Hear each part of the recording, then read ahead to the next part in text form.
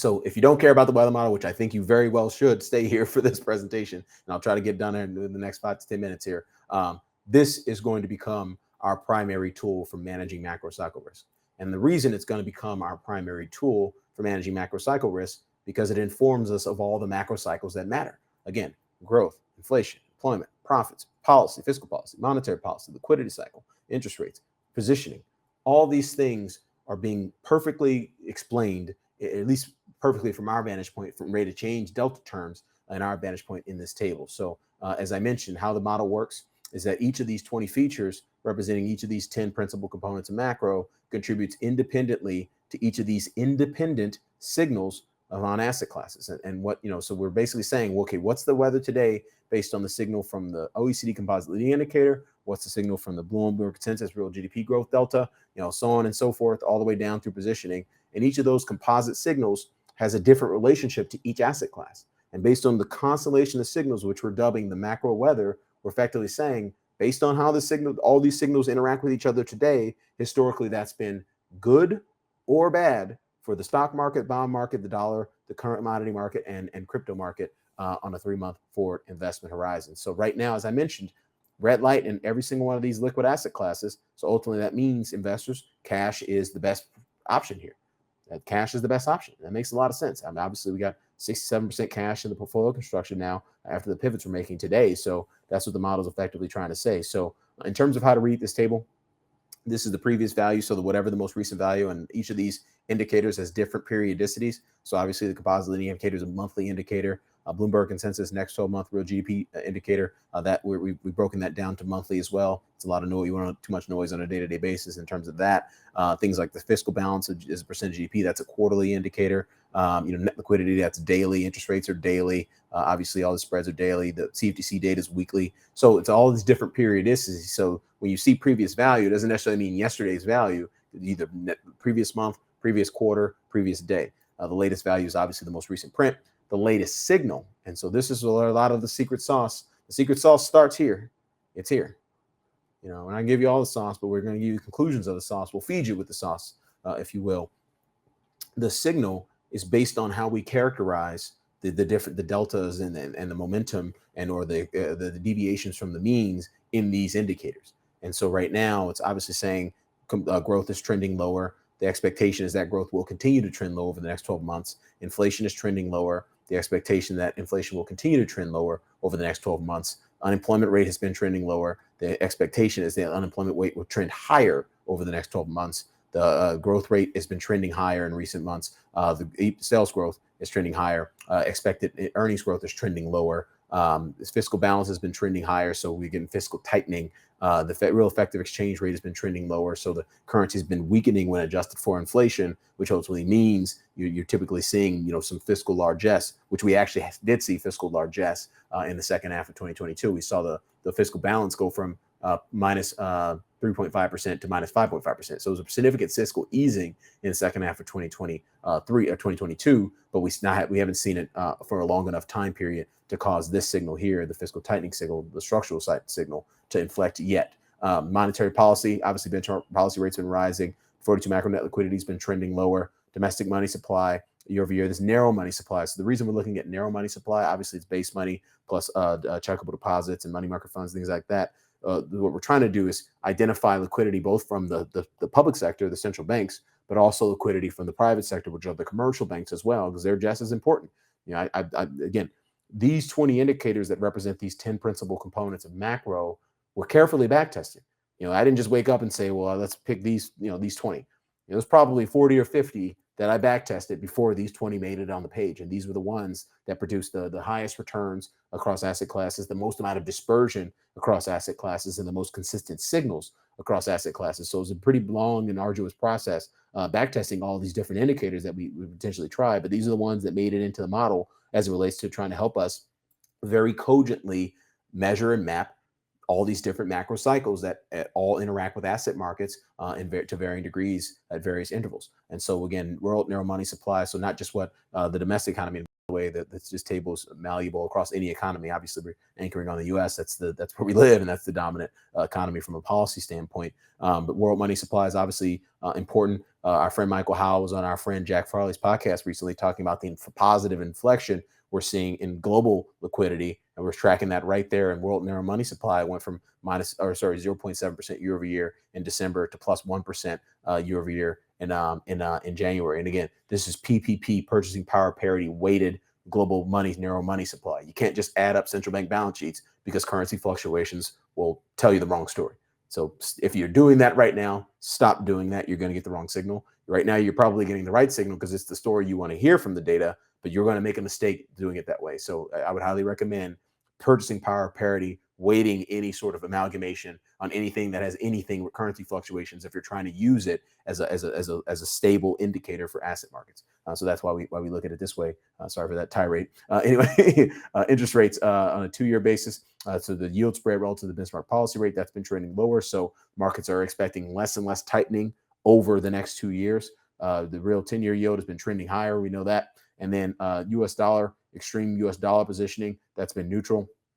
So there's no extreme. Obviously, Z scores are very muted relative to where they could be. -2 plus 2 sigma or in excess of that. Extreme U.S. rate positioning is neutral. Extreme positioning in commodities and extreme positioning as equities in neutral. So again, each of these signals contributes independently to each asset market, and the composite of those signals, how they're aligned, will contribute independently to each asset market. So let's take it from there. So let's look at growth. What we're showing here is, so what the red identifies is, the arrow will be pointing down if it's red in these charts. The arrow will be pointing up if it's green in these charts. And so what I'm showing here is the OECD composite leading indicator. It's rising. It tends to produce positive dispersion relative to the 3-month daily return baseline in risk assets, in stocks and commodities and digital assets. When the OECD composite leading indicator is falling, it tends to produce negative excess returns in risk assets. So that information is contributing to that aggregate signal, this red light, green light signal here in the middle of this page. So how the model works is, again, by segmenting each feature into distinct regimes, rising, falling, unchanged, and conducting rolling out of sample back tests. So not looking ahead, but looking backwards and on these indiscrete periods to quantify this dispersion across regimes. And this dispersion is ultimately what's feeding the model signal. So it's obviously we've been in a growth cycle downturn for a while. So right now, the growth indicator, this particular feature in the model, is feeding all of this information to each of those 5 asset classes. Right now, the consensus next 12 month real GDP delta is negative in terms of the markets expecting growth to be lower a year from now. Not markets, economist consensus on Wall Street. My peers on Wall Street, they think growth will be lower on a year-over-year basis a year from now. And so it's contributing this signal to the overall market. Benchmark core inflation, that's been trending lower. So it's contributing this dispersion. Bloomberg consensus next 12 month headline CPI delta, that's negative. So it's contributing this dispersion. Again, these are excess returns relative to the baseline. So on a 3-month daily basis, if you just bottom hold the S&P since Jan 98 or Jan 98 when the back test starts, this is, you're getting a 2.9% return, rolling return in the S&P 500, 1.2% rolling return in the fixed, in the Barclays Ag, 0.1% rolling return in the currency, 0.9% rolling return in CRB index. And then obviously Bitcoin starts in, 2009, 2010, 16.9% rolling 3-month return. Again, these are indiscrete intervals, rolling return in that. So what we're trying to do is identify, which regimes contribute to negative excess returns or positive excess returns, and relaying all that information back into these composite signals that you see here in the middle of the page here on slide 80. So I'm not going to go through each and every one of these. We'll let you go through each one on your own. What I will show you, what we will show you is that when we show the composite signal. So what I'm showing in these charts to conclude the presentation is the red line. The red in this chart here corresponds to the red stoplight, or it's not the red stoplight. The green in these charts here in the composite weather model signal corresponds to a green stoplight.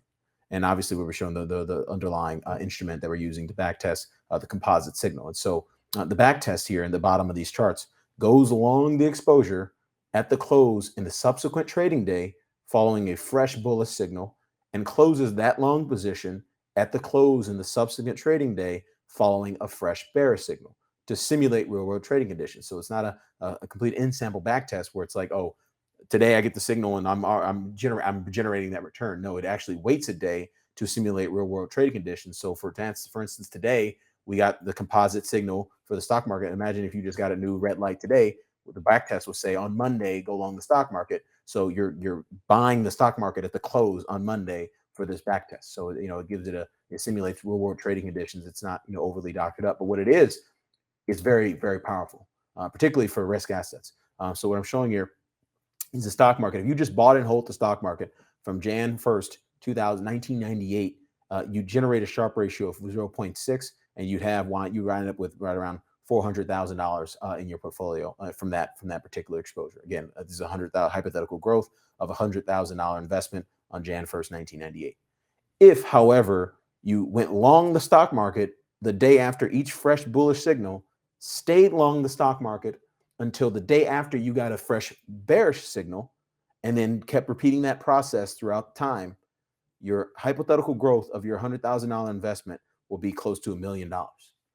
And so effectively what we're trying to do is use the weather, the macro weather, to our advantage, to know when to step to the sideline and let the markets play out, let the drawdowns play out, and know when to get back in.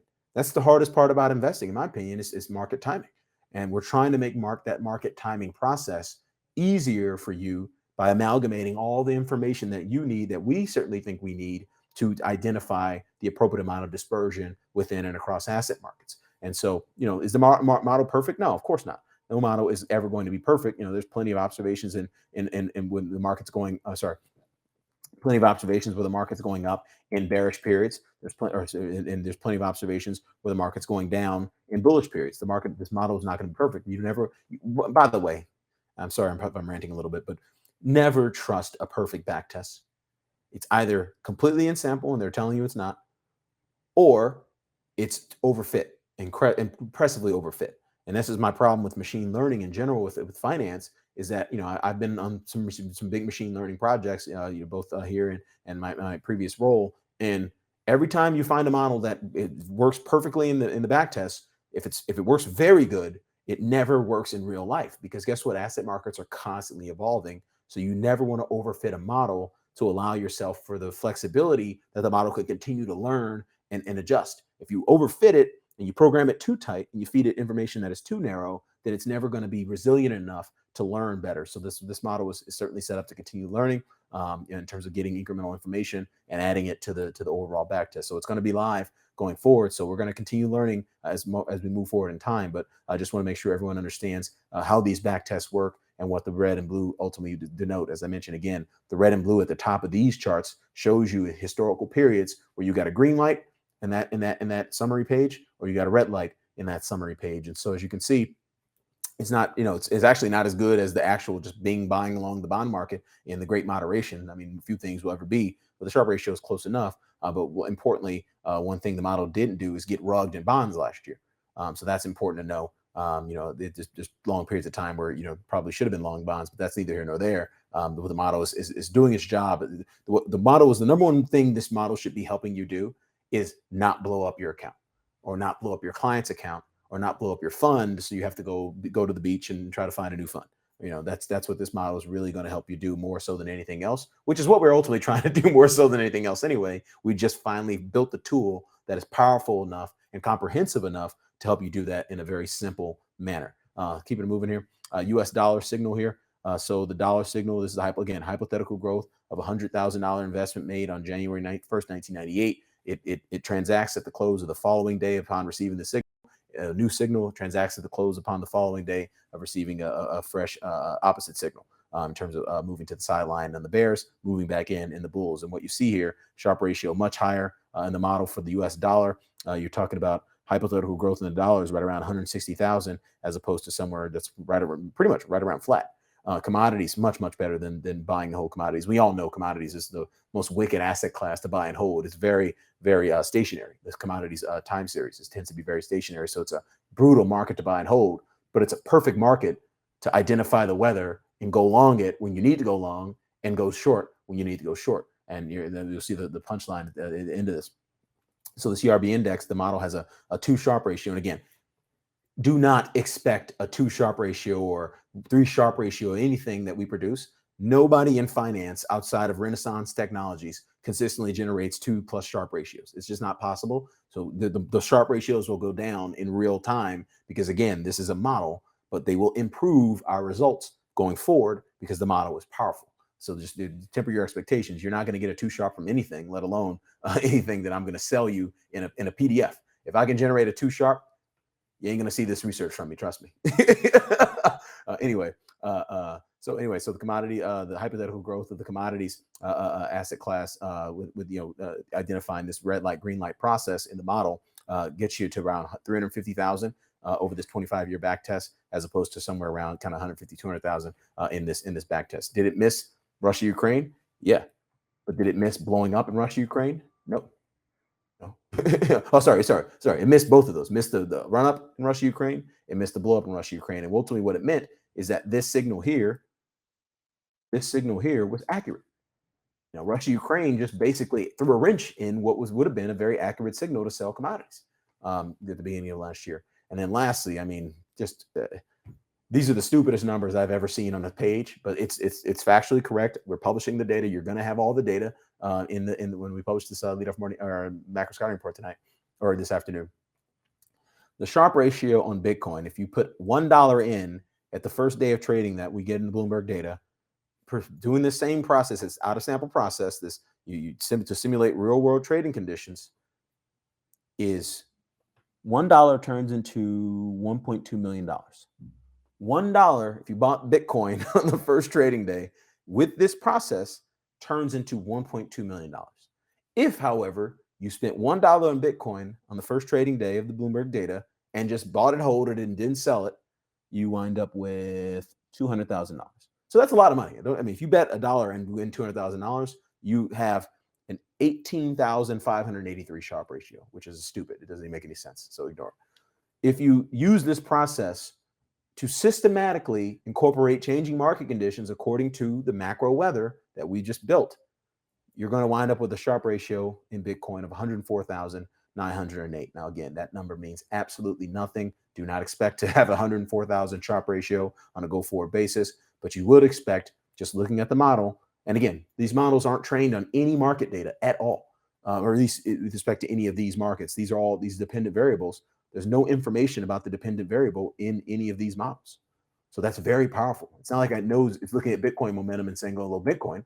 It's ignoring Bitcoin altogether and saying this is a good time to go long Bitcoin based on the dispersion, the anticipated dispersion across these 20 features in the model. So again, I think it's very powerful. I think it's going to become the anchor of our process in terms of communicating with you what we should be doing at various intervals, either through just my conversations with you portfolio clients or through our case portfolio construction process in terms of helping you navigate all those pivots therein back on slide 8. So thanks again for making time to go through this with me.